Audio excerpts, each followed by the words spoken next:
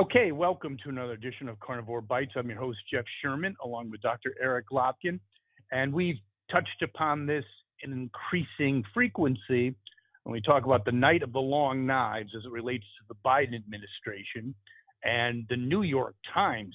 I mean, I'm actually at a loss for words. It was a devastating, like 6 article attack from insiders within the Biden administration that was just devastating. Your comments. Yeah, And what it does this really mean? was. And for those of you who have not seen this article, it's basically political insiders are saying Joe Biden is way too old to run for re-election. He's not competent. And the fact of the matter is, just real quick, we've even things like, just real quick, to set it up, and I'll let you go, is that things like, and the New York Times didn't have to publish this. It shows there's just more than a factual situation here. There's a real momentum to get rid of this guy. They talk about that his crew, the people within the administration, are scared or are very concerned when he walks on stage. He's going to trip over a wire. Yep. Not good. I mean, as we record this, he's on his way to the Middle East, and this was Israel first, then Saudi Arabia, and this was a trip that was supposed to take place immediately after the G7 summit in Europe. But they had to move the trip because the 2 trips back to back were too much for him to handle. Well, I'm not so sure this is going to be up in his bailiwick. I mean, he's becoming increasingly frail. We talked about this 3 weeks ago on the podcast. I don't want to be premature, but if this trip doesn't go well, it's just another nail. I mean, it's a big nail in the coffin. If he, let's say in Israel or in Saudi Arabia, I know he might not have as much control of the press. They start asking him tough questions. If he flames out, if you will, I think it could be, no pun intended, toast. And also, what kind of reception is he going to get, in particular in Israel or in Saudi Arabia? Are they going to roll out the red carpet, or are they just going to kind of temper things? Neither one of those countries is all that happy with him. I mean, no. Every time he opens his mouth, he aggravates more situations. Right now, you've got people on both sides going, okay, electing this idiot was a mistake. Now, we've seen the polls. I believe it's 88% disapprove of him. Yes. When was the last time 88% of Americans agreed on anything? I mean, I'd say maybe never. Yeah, that's how bad this is. Now, let's also remember that we're using the word agree very loosely, because 30% of that 88% think he didn't go far enough to the left, while the other 58% believe he went too far to the left. So, and that's but you point to his big predicament. If it was on either way he goes, he's screwed. There's increased rumblings about the far left putting their own, even AOC's been meant, believe it or not, she'll turn 35 in 2024. But the point is, damned if he does and damned if he doesn't. Correct? Absolutely. And what they don't seem to realize is that most of his problem is because he's kowtowed to the left. If he had been centrist Joe Biden, which was how he campaigned, which is how most of his career has been. I'm not saying he's the brightest bulb in the box, no, but he has always been relatively centrist. If he had stayed a centrist, this would not be happening. But he went all the way to the left, kowtowed to the liberals in his party, who, again, Democrats are now calling them out, saying that they are not the party's mainstream. But they are mostly... Yeah, but, it was a deal with the devil. Yes. It was Bernie Sanders was actually, or Elizabeth Warren was going to win. Even Biden didn't think he was going to win. He kind of did that for other reasons that are really important. But the point of it is, no one thought he was going to win. It looked like Sanders, which would have been a disaster. So I think the deal with the devil was that you play ball with us and we'll let you be president. And I really do believe that happened. And it just goes to show you just how much the Democrats are more about keeping their power than they are about doing what's right for the country. They kowtow to a small minority of the country, and it's been an abject disaster. No, even Biden proponents can't name anything he's done well. No, but speaking of power and the Democratic Party, because it's essentially all they have been since, I would say, the mid 70s, especially after Reagan. That's all they were scared to. That they had power since FDR, Reagan, the Reagan Revolution changed all that. They got scared shitless, and ever since then, at every level, it's about power. And it's also reflective in something that you brought up to me as we were preparing for the show. A lot of that in the rescue plan doesn't go for any it rescues nothing but wokeism. And if the Democrats were really concerned about the hurting masses, they wouldn't be doing that, would they?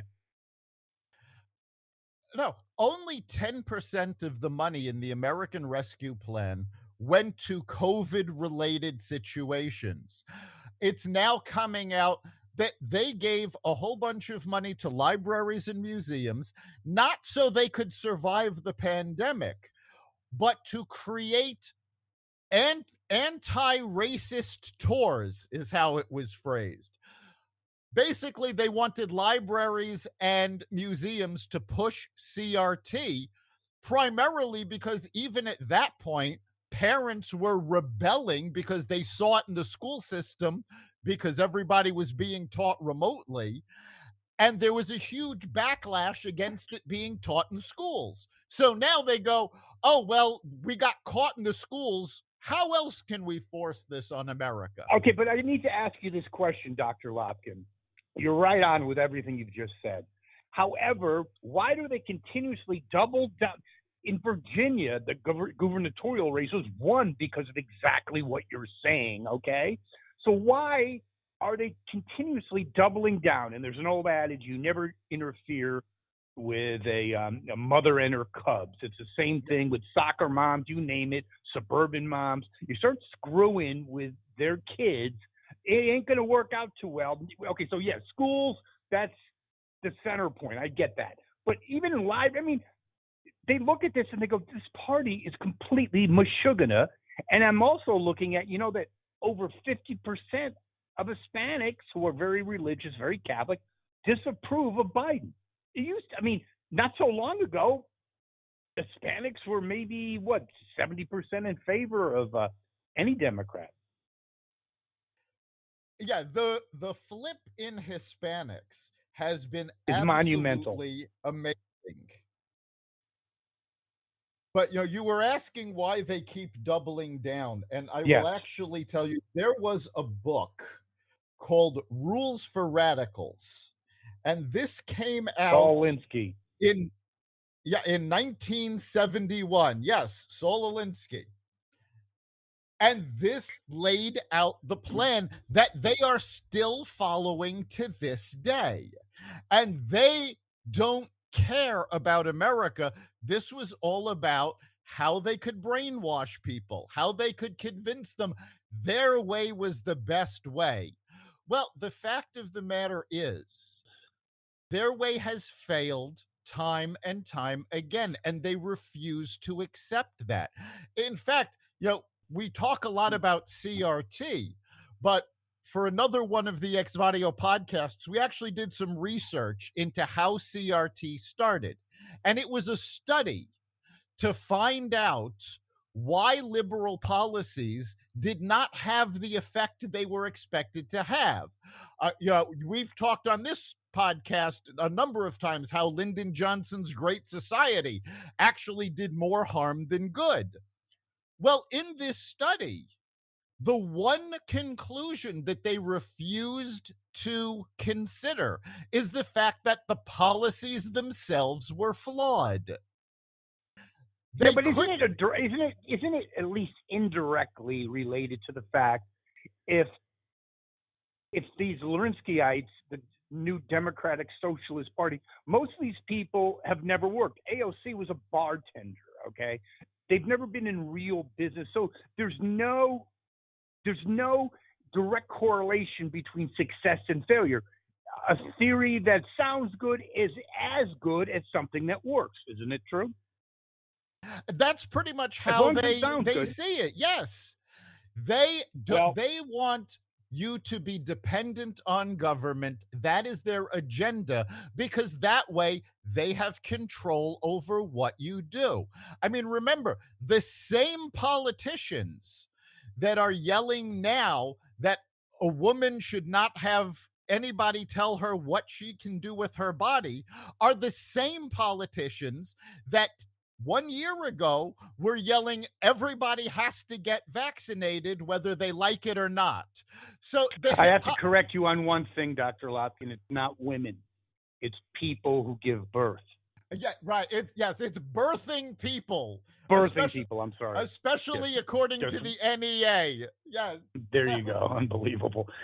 Speaking of unbelievable, when you talk about the night of the long knives, you just know that things are just imploding on Biden and his administration. When you have Snoop Dogg, who enjoys marijuana, to say the least, and I guess has his own brands of marijuana, whatever they are, just came out with Sleepy Joe marijuana. Snoop Dogg, Sleepy Joe.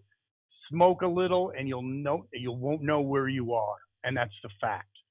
That shows you when you become a caricature in, let's just say, in mainstream society. That's not a good thing. That's it. I mean, when Trump would do something, Saturday Night Live would go after him in the cold open.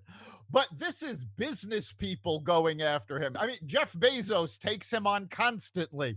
This is the American mainstream who are going, no, you know what? You are a living joke. And that's true. But that's something that is kind of needs more articulation, because how did it happen? I mean, Bezos supported Biden. I know the illusion and the reality are different, but there has to be. They want him out. Isn't that not the case? But the only reason I mentioned this Snoop Dogg, if it was not politically, socially cool to diss Biden, he wouldn't be doing it. Okay, it's all about making money. It's all about being cool. It's now cool to diss Biden, even in the mainstream culture. Yeah, he's become a living joke, because I think most of the Biden supporters during the 2020 election, I mean, one, they just wanted Trump out, but two, they were deluding themselves about Biden's mental condition. The rumors of his dementia, it's Russian misinformation, because that's the story the media fed us. Now, wait, I just want to interject one thing. Sometimes as humans, you see what you want to see. I believe that most people looking at him, getting the ice cream and he's half out of it with the aviator glasses, knew, even in the Democratic debates, they were laughing at him in the Democratic debates. Women's rights, you got to punch at it. You got to punch at it. They actually started laughing. So I guess the point is there was so much fervor, anti-Trump fervor, that it was anything but Trump. And you want something to look good, guess what? It'll look good. That's it. They wanted Biden to look good. They believed, because they wanted Trump out so bad. And they knew if they had run Bernie Sanders or they had run Elizabeth Warren, goodbye. Independents were not going to vote for either one of them. So they put their faith in Biden, and now they've reaped what they sowed. And I do believe, you talk about Bernie, it's Bernie, not AOC, that has been the most destructive political figure in recent American political history. Well, honestly, without Bernie, there wouldn't have been an AOC. Exactly. He started out, it was a cool little sideshow. Even 20 years ago, Bernie from Vermont, blah, blah, blah. The the old guy, you know, you're like your uncle at the table who's always bitching about what's going on, and the destruction that he's created in the Democratic Party and beyond is maybe immeasurable. It really is. It has been absolutely amazing how he has ripped the party apart. And essentially, what he did was he took the Socialist Party and brought them into the Democrats in order to split that party apart. Because let's face it, mainstream Democrats, and I'm not talking about even some of the politicians, but mainstream Democratic voters are not these left wing wackos. They are more centrist Democrats. Yes, they're left of center, but they're closer to the center. So Bernie brought in the socialists, what they were calling for a while the Bernie bros, and had them all register as Democrats. Well, they're not Democrats. This has been a coup to take over the party, and it seems to be succeeding. It's very much succeeding. The problem they're facing, though, Dr. Lopkin, though, that your insights are amazing, absolutely pivotal to the show. But I have to say, you've said this several times. Mainstream that's kind of almost getting to be an oxymoron, isn't it? Well, no, because mainstream Democrats are still out there, and in fact, I see them less and less. Because they're not as vocal as the wacko contingent. And the same thing happened to the Republican Party during the days of the Tea Party. You still had a more centrist, mainstream section of the party, but you didn't hear from them because the Tea Party drowned them out. Now you've got the socialists drowning out the mainstream Democrats. And in fact, there have been a couple of speeches lately where Democrats have called out these left-wing wackos and said, you are out of touch with the mainstream Democrats. They are starting to fight back because they've seen their party decimated by these idiots. Okay, you need to elaborate on that. What happens, by the way, before we get into it, let's get into set this up by what have you heard about the midterm projections, and if it does go that way, what happens to the Democratic Party 2 years before the national election? Well, the latest results of the heat maps that are out, they have the Republicans winning the House fairly easily, I believe, not by a lot.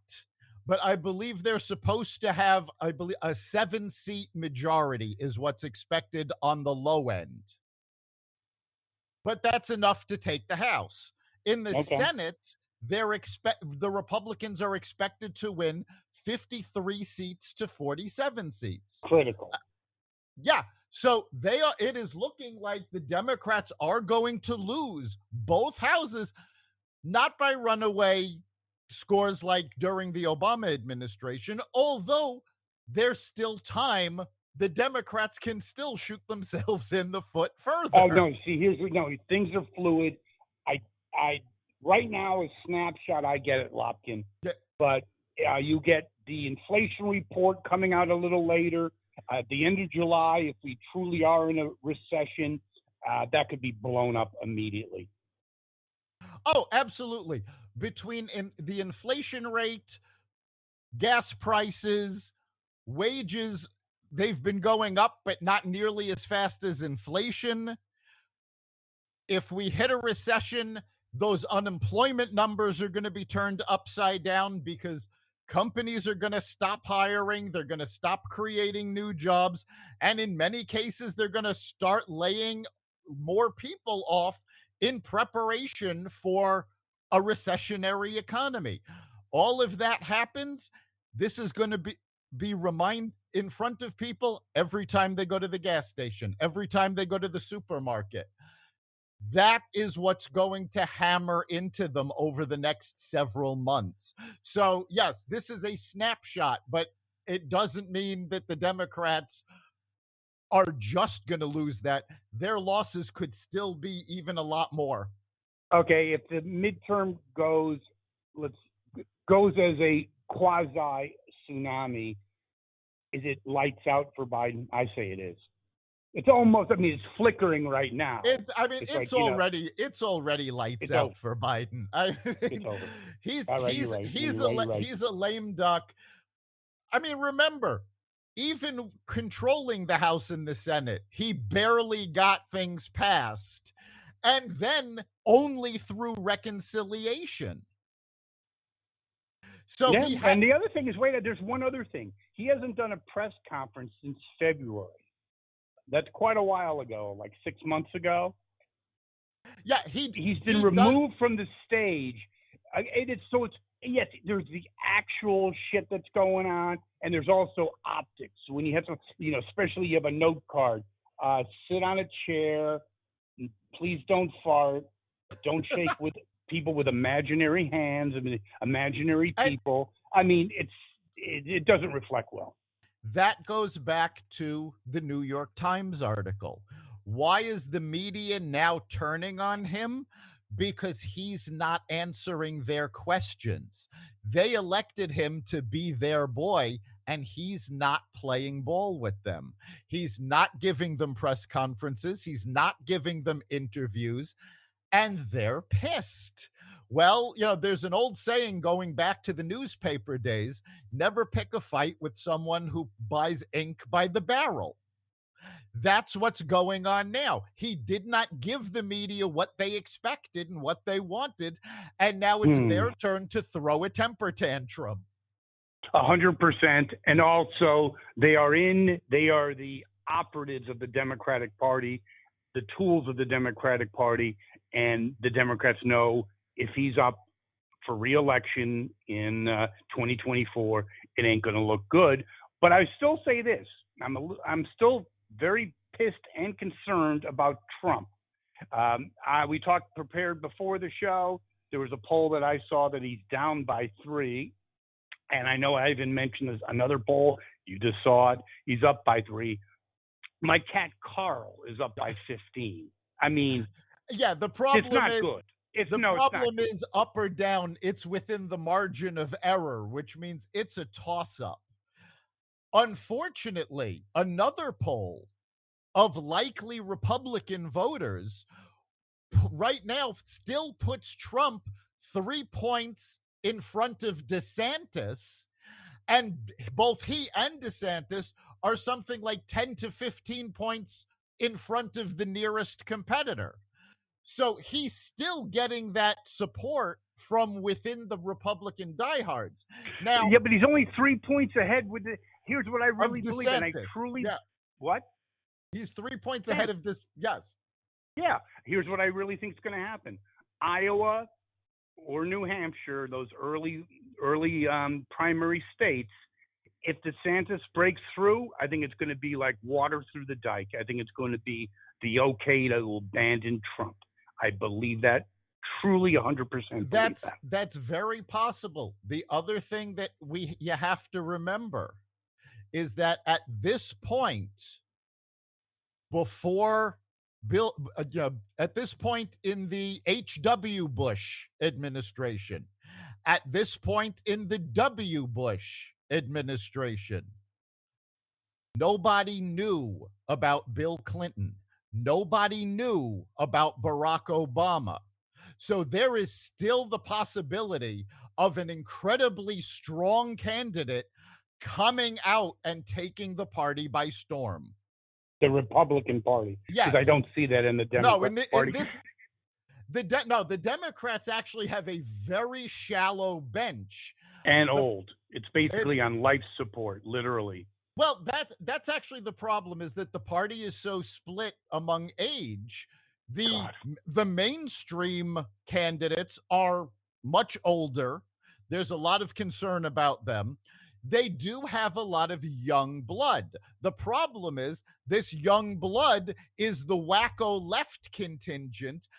They are never going to be able to win a general election, because winning a general election is not about party loyalists. It's about the independents. And in fact, right now, According to voter registrations, 58% of the country identify as independents, not Democrats or Republicans. That's the people who are going to decide these elections. The more the Republicans swing to the right, the more the Democrats swing to the left, the more they're going to alienate those independents. Can I throw out one person I've thought about? He's not young, but brilliant, top of his class at Harvard. How about Ted Cruz? There's a lot of possibility about Ted Cruz. And his endorsements have gone well. He's brilliant. He's not a pussy. He'll go head to head with Trump after learning about 2016. I think that's a possibility. He is a possibility. He's not really talked about much right now. I believe he was in that group of Republicans that, Trump and DeSantis are just way ahead of. But he does have his good public name recognition. He is, however, a Democratic boogeyman. Anytime the Democrats want to scare people, they go, well, this is what Ted Cruz wants to do. Mm-hmm. That can work for him, and that can work against him with independents. And again, it's that independent block that you've got to win. Good point. Now, moving on, and I'll let you kind of focus on this. The Musk Twitter dance, I'll call it. Update our listeners on your, for the kind of an overall synopsis and your kind of takeaways from it. Yeah, Musk officially pulled out of the Twitter purchase because Twitter refused to give him access to the numbers of fake accounts. They swear it's under 5%. He's pretty sure it's closer to 30-40%, possibly even as high as 50%, which makes the company a lot less valuable. He pulled out of the deal, and Twitter is suing in court to force him to buy the company now. Well, based on a couple of tweets that Musk has made, this is exactly what he wanted to happen. They did, and he tweeted that first they didn't want him to buy the company. Now they're trying, and then they wouldn't release the bot numbers. Now they want to force him to buy the company. But to do this, they're going to have to reveal those bot numbers in court. So now the Twitter board is between a rock and a hard place. And I think no matter which side wins, I still think Elon Musk is going to end up buying Twitter. But now the Twitter board and CEO, the heads of the company will also be, held accountable, because now they've got to release those numbers in court. So either A, they stick to their story, lie in court, and get nailed for perjury, or B, they reveal the real numbers and they get caught in an SEC investigation because they've been lying to shareholders. I would agree. A complete rock and a hard place. Master negotiation move by Musk. But there's also another issue I'd like you to comment on. We talked about Donald J. Trump. You had a potential ally, okay, in Musk with Trump. He's already said that he's going to vote Republican. Maybe, it might not be as big. It could have been a positive for Trump. What does Trump do? Call him a big bullshitter. It's just like reminiscent of like how much stupid shit can you do, Trump? Trump has done that for decades. Before he was ever in politics, when he was just in real estate, he would call other billionaires and millionaires names. He never had any respect for them because, and it's the same thing that tripped him up as a politician, he can't get out of the way of his own ego. He can't stand that he's not the smartest man in the room. And Jesse Waters on the Five yesterday talked about doing an interview with Elon Musk. And he said, when you ask Elon Musk a question, Elon Musk is thinking about the answer to the question, thinking, I saw that. thinking about how to add cobalt to the batteries in the Tesla and Solar Cities thing, trying to figure out cold fusion. He's got all of that going on at the same time. The fact of the matter is, I mean, you put Musk and Trump in the same room, there's no competition. I mean, but why would you want to alienate the Henry Ford of this era? He's and you get like aggravated by this guy. Will you just shut up? Yeah, I think he could shoot the Republican. He could take snatch victory. Snatch defeat in the jaws of victory. Yes, and he did in 2020. He cannot get out of the way of his own ego. All of this is now the only reason that he's even considering running again is because he cannot accept that he lost in 2020. It's not about what's good for the American people. It's about his ego. And he went after Elon Musk for the same reason. Now, there's probably also another underlying reason that's sort of been buried. Trump is a major investor in Truth Social.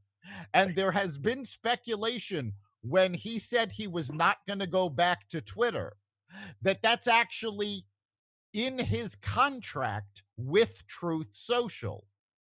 So now he's tied to this little mouse of a social platform. Now, I'm on Truth Social. In fact, Carnivore Bites is available on Truth Social. But it's a tiny little echo chamber. It does not have the number of members that Twitter and Facebook and Instagram does. And quite frankly, it's never going to. But that's where he's tied to.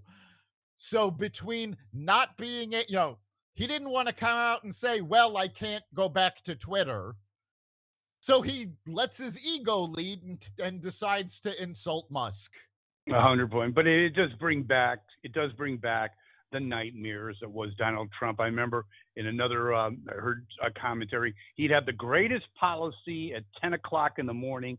By 12, he'd screw it up by texting or tweeting about the waitress at Denny's being a fat pig or something. It's like, what? I mean, the best description I've ever heard about Trump, and I've said this on the podcast numerous times, is he did the right thing in the worst possible way. And that's because he can't get out of the way of his own ego. He didn't listen to people. And I was actually having a conversation with a very smart economist about Trump. He's not a Trump supporter, but he said the big problem is that Trump never made the adaptation he needed. He still tried to do everything like a CEO, and government isn't set up that way. And Trump refused to adapt. I would agree, but I will say in closing on the whole Trump thing, the only thing I can say in his defense, from the beginning, he was up against amazing forces, the whole dossier, fake impeachments. So he never had a honeymoon period where he could maybe mature into the job. No, there was never a honeymoon period. They were going after him even before he was the nominee. And I think that did eventually make him become increasingly unhinged. Absolutely, because unlike politicians who have worked in politics for years and decades, he did not have allies. So he had nobody protecting his back, and he was getting it from all sides. And again, to be completely fair, I don't know a lot of people who could have gone through everything that they threw at him without getting paranoid, without getting a little bit, crazy. And I think that's what happened in the election. He just lost a grip. So moving on, the abortion debate continues. As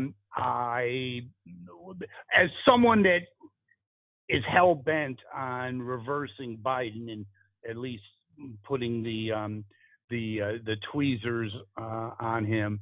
I think that I'm totally fixated on having a midterm wave, some type of wave to prevent further destruction. And I was very concerned about Roe versus Wade and the abortion issue, but it hasn't had the traction that I thought it would in the Democratic Party. Yeah, the crazies are out there. I get it.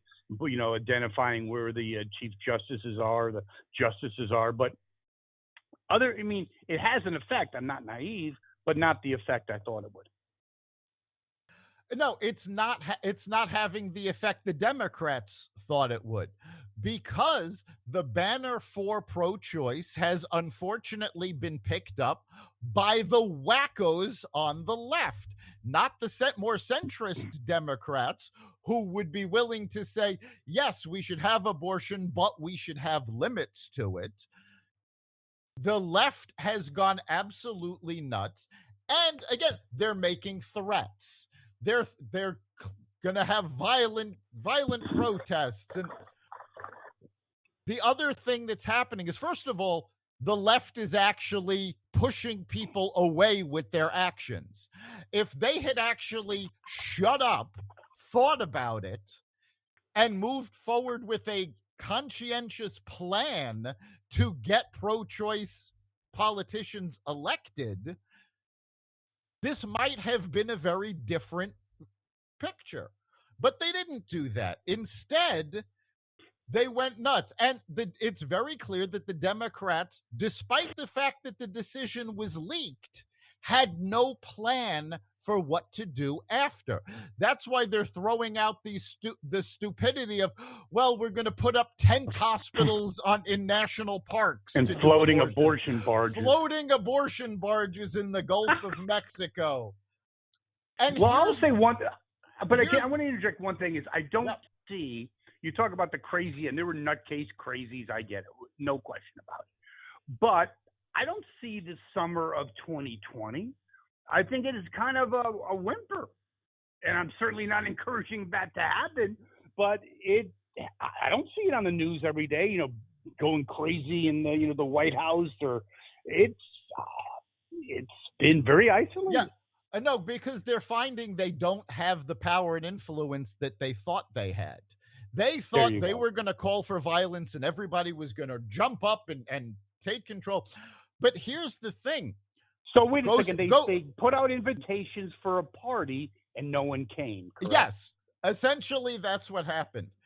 And the Democrats are actually facing a problem that they never expected. And that's the fact that, as always, they actually underestimated the intelligence of the American voter. And more moderate Democrats are looking at what's going on, and they're actually saying, well, wait a minute. You're saying we have to elect you so you can protect Roe v. Wade. You had 50 years to do this, and you've done nothing. Actually, Kamala was asked that question, and she had not even a word salad. I would say a buffet of word salads. It was like, it was like, what, it was Ralph Crampton on The Honeymooners. Mainstream Democrats are realizing that to Democratic politicians, Roe v. Wade is a campaign issue. It's a way to raise money. They don't have any intention of doing anything about it. And in fact, because of the wording of the Supreme Court decision, even if you elect Democratic Congress people, even if the Democrats managed to hold on to the House and take 1 or 2 seats in the Senate so that they had an absolute majority, anything Congress passes at this point is going to be overturned in the courts, because the courts said this has to be decided by the states. So if you're a pro-choice activist, where you should be paying attention is who is in your state legislature. Congress, at this point, in terms of abortion, has been neutered. This is going to be done state by state. And if you want abortion in your state, elect pro-choice people into your state legislature. And then you will have abortions depending on what is voted on in your state. That's not enough for the far left because, as far as the far left is concerned, everybody needs to do what they say. Well, I'll even say this: to me, it's not even an issue. It's a minor inconvenience. If you were someone looking for an abortion, a person that can potentially give birth, not a woman, but a potential birther, which we all are, Dr. Lopkin. I'm sure there'll be a federal program that reimburses you for the trip, and I'm dead serious about that. So if you're in Mississippi and you want to go to, I don't know, South Carolina or North Carolina, there'll be some program, and I'm dead serious about they're actually they've actually been talking about that, but there's a lot of pushback against that because, first of all, that would be a federal law to enable people to break state law, essentially. So that's problematic at best. But also, there is a lot of pushback to using taxpayer money in that way. Now, here's the thing. There are a lot of states that are protecting the right of a woman to have an abortion. There are very few locations that are that far away from some place that you can get an abortion if that is what you want. More importantly, I would agree there with are you. businesses. I still think that there will be some, either you can get a tax credit. There'll be some way that there's no right now there's no way they can get that passed in Congress. And if the Republicans win, there's going to be no way to get that passed in Congress for at least the next 2 years, possibly 4. Okay, we'll see how that plays out. But we do agree that's it. They're talking about it. They're talking about it, but they just even within the Democratic Party, they have not been able to get the votes to support that move. But we do agree that it hasn't had the political traction that at least I thought it would. No, because again, the wackos on the left are sort of, pushing people away from it. And as active as the folks on the left are and adamant that they want pro-choice, the folks on the pro-life side are just as adamant, and they tend to cancel each other out. Very good. Interesting. Now, you remember the old adage, like father like son? Well, this would be wife like husband. Doctor, and I emphasize Dr. Joe Biden, the doctor in education, basically said Hispanics, Hispanic X, which is something that most Hispanics find repulsive, that name, the meaning. And she was at this convention. She says, well, you Hispanics are as diverse as breakfast tacos. Yeah, it was an amazing statement for her to make. And of course, the left came out to defend her. And even the people in the audience laughed. But my God, if this had been sent by a Trump, everybody would have been up in arms. And Ted Cruz, you were talking about Ted Cruz earlier. Yeah, I love his tweet. Ted Cruz had the best tweet, and he says, no, you've gotten it wrong. It's TACX. You got to put the X on the end of it. No, it's just, when things go crappy in life and in business, and in this case politically, shit just rolls downhill, doesn't it? You can't do anything right. And this is indicative of that. And last thing, in closing, we talked about the midterms, and they're already kind of sending out signal flares that the inflation number for the second quarter will not be pretty. Yeah, the White House is already trying to cushion the blow. We're expecting another high number. And in fact, on one of Xvidio's other podcasts, Raw Naked Truth, I was actually talking about this today with Chris Calandra. And the fact of the matter is, even if the inflation rate goes down, let's say it magically manages to hit 7%. Nobody's expecting it to be that low. But even if it manages to hit that and Biden tries to take, a victory lap about that, it's still ridiculously high. So I would agree with that, but I think on the flip side, if it's closer to 9, that we talk about all these, because it is, his presidency is flickering, that could be the kill switch. It could be. And remember, over the last 2 months, we've seen producer price index over 10. And that's the precursor to the consumer price index. Both of those index numbers will be coming out later this week. But so it is very possible that once again, inflation could go up. Remember, we were at 8.6% last month. Even if it just goes to 8.7 or 8.8, it just shows that Biden has no clue what's going on. We're still having supply chain issues because, Buttigieg. Oh, Mayor Petey, little cutie mayor. It's more important for him to take his paternity leave. There you go. 2 months, by the way. Yes, and put speed cameras on federal highways than it is to actually do your job and figure out what's going on. And also go to a meeting with the with SUVs, and then 3 blocks before the meeting, magically pull out a 12-speed bike and little mayor bike to the meeting. But he didn't know there were cameras watching him. Yes, didn't know the cameras were following his motorcade. And these gas-guzzling SUVs, he shows up at the meeting on the bike, not realizing that the cameras had been tracking him the whole time, showing him for the hypocrite he is. And by the way, sometimes you get opportunities, sometimes you lose opportunities. He was given an opportunity, and he pissed it away. I think he has very little political oomph left.